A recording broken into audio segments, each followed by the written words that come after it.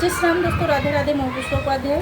जय श्री राम, राधे राधे। मैं पुष्पोपाध्याय। आज हम दोनों एक विवाह गीत सुनाएंगे। ललनवा विवाह गीत है। आपको गीत पसंद आएगा तो वीडियो को लाइक कीजिएगा, शेयर कीजिएगा, कमेंट बताइए विवाह गीत कैसा लगा। हमारे चैनल एसपी भजन सागर को सब्सक्राइब करें। पनवा बरना दुल्हे सुंदर हऊँ, अरे मुनारी बरन करिया रे ललनवा, सोनवा बरन दुल्हे सुंदर हऊँ, अरे मुनारी बरन करिया रे ललनवा। निहुरी निहुरी झाके अपनियो बरिया, धन कहे बदे मन मालिन रे ललनवा, अरे काहे बदे मन मालिन रे ललनवा।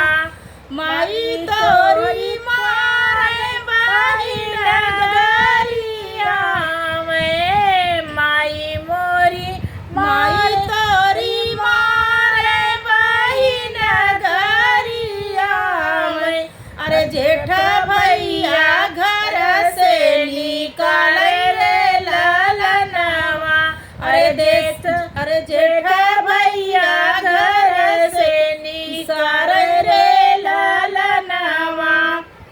माई के मरब धनायाधी की रतिया, अरे बहिन निकल हुआ के जुना रे ललनवा। माई के मरब धनायाधी की रतिया, अरे बहिन निकल हुआ के जुना रे ललनवा। जेठ भैया भेजब धन दूरी नौकरिया, अरे दुनौ जाने भेल सब राज हो ललनवा।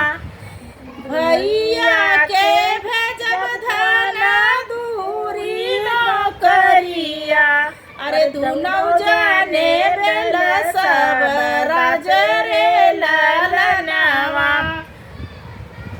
माई तहाई प्रभु पाकलय मामा, अरे बहिनी बड़रिया का घरे ललनवा। माई तहाई प्रभु पाकलय मामा, अरे बहिनी बड़रिया का घरे ललनवा।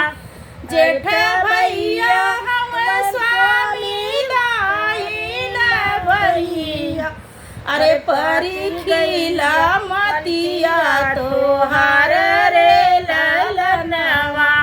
जेठ भैया हम स्वामी दाइन भैया, अरे परिखिला मतिया तोहार